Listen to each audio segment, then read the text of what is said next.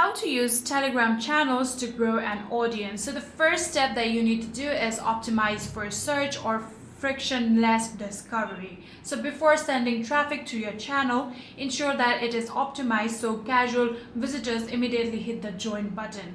Set your channel to public and write a concise description containing heavy search keywords related to your industry.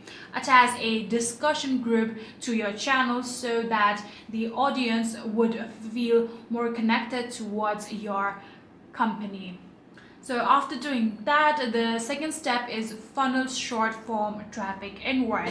So because Telegram will not organically recommend your content to non-subscribers, you must treat your social media account as lead generators. So what you can do is post highly educational clips on TikTok, Instagram Reels, and YouTube Short. So what the hook here is, at the end of the viral 60-second video, leave a cliffhanger or promise a downloadable assets like I uploaded the full unedited script in my exact automation templates completely free inside my Telegram channel. And what you can do is link is in the bio, and whenever people click on that link, it will get to your Telegram.